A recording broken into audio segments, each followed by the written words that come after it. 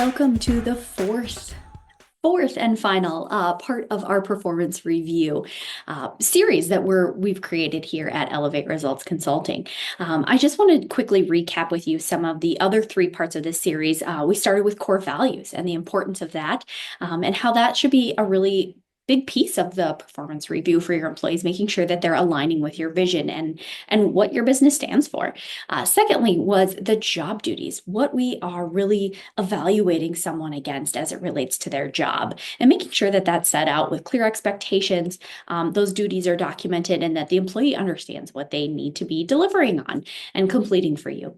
The third episode or part of the series was really around feedback structure, making sure what I always encourage clients to do is make sure that employees are doing self-reviews first, and then they're really providing context, additional details, agreeing, or areas of improvement that maybe the employee hadn't specifically called out during their feedback time.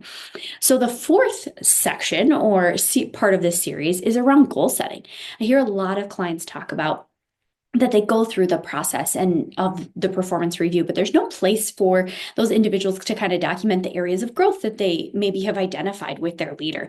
So it's really important that you add kind of a section around goal setting or individual development for that person.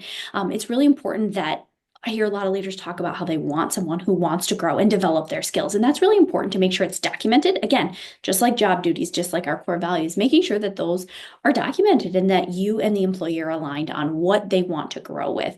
So really identifying those opportunities and making sure it's documented, that it's a clear, concise, deliverable kind of goal that they have and that it's documented that way. But also the biggest piece of that is making sure you as a leader identify what are things that you can do to help them achieve that goal.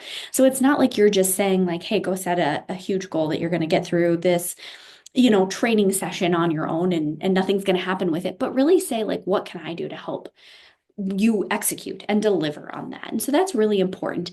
I always encourage clients that it should really be goals should be set for, if you're doing it quarterly, fantastic. If it's I jokingly say crawl, walk, run concept, start with doing 2 a year, right? Like it can be part of this review process, but also making sure that you identify ways to pull that out of the review and actually have it be part of a weekly or monthly conversation that you're having with that individual, asking how they're doing on that goal. What are things you can do to help them? What are some setbacks that maybe they have? Maybe they got really busy. So how can you help them maybe reprioritize, think about things differently? One of the biggest things I can encourage leaders to usually do is I always say, make sure that you're sharing what you're working on, because sometimes while you need to help the employee get things out of their way to make sure they're achieving their goals and what's set up there, there are times and situations where maybe employees can help you with your goals as well. And plus, a lot of employees want to see what their managers are doing and understand that we're kind of not forcing them to set these goals, but goals have been set for me as well, and what I'm doing with my leader, and here's things that I'm working on. So I highly encourage kind of that open dialogue, and to make sure that as a leader, you're always asking, what can I do to help you? How can we help prioritize? What are those goals? Are they achievable goals? And making sure you're challenging them a little bit on it. So I hope that this 4-part series on performance reviews, just a few key pieces, they can be very robust, huge documents that are used. I see clients now scaling them back to being littler and more often conversations. It's just really important from an HR perspective that you document things.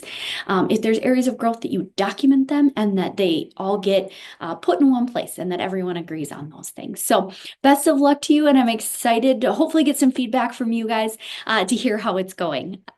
Thanks so much and have a great day.